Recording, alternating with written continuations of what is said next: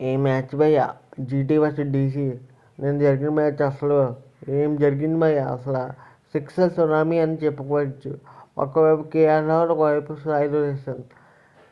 KR Rahul విషయంకి వస్తే ఈ నాక్ భయ్య, ఈ ఎన్ఆర్ఐని చూసి నాకు కేఆర్ రాహుల్ నుంచి వాటే నాకు ఈ సిక్స్ కొట్టాడు భయ్య.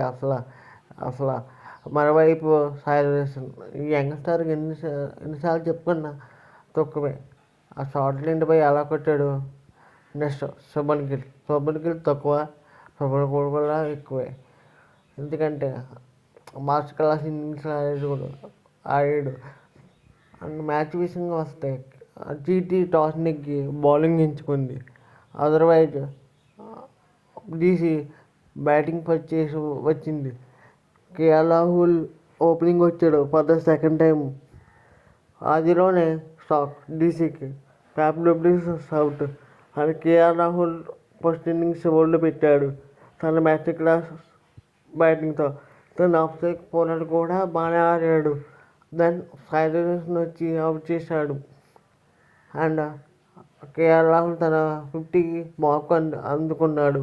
తర్వాత అక్షర్ పటేల్తో తన ఇన్నింగ్స్ నిలబెట్టాడు. దెన్ అక్షర్ పటేల్ అవుట్ అవ్వగా క్రిస్టల్ సమ్స్ వచ్చాడు. క్రిస్టల్ సమ్స్ కూడా ఇన్నింగ్స్ మెరిపించాడు.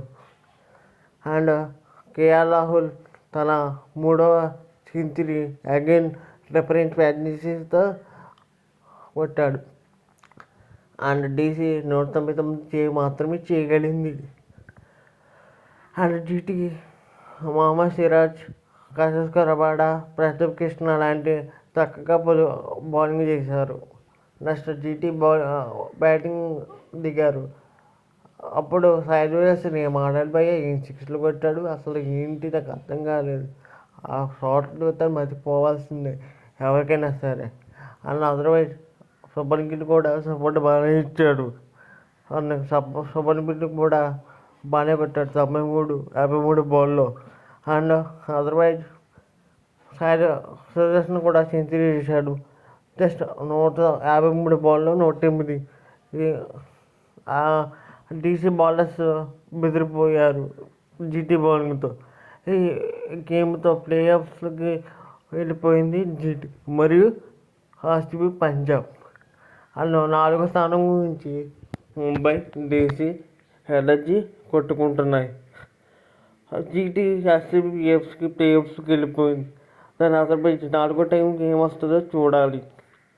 And otherwise play of the match విషయానికి వస్తే సాయి సుదర్శన్. అండ్ పర్పుల్ విషయం వస్తే again Pradeep Krishna. And orange cap విషయానికి వస్తే ఎస్ఎస్జీ జైస్వాల్ ఫస్ట్ స్థానంలో ఉన్నాడు 523తో. Thank you for watching.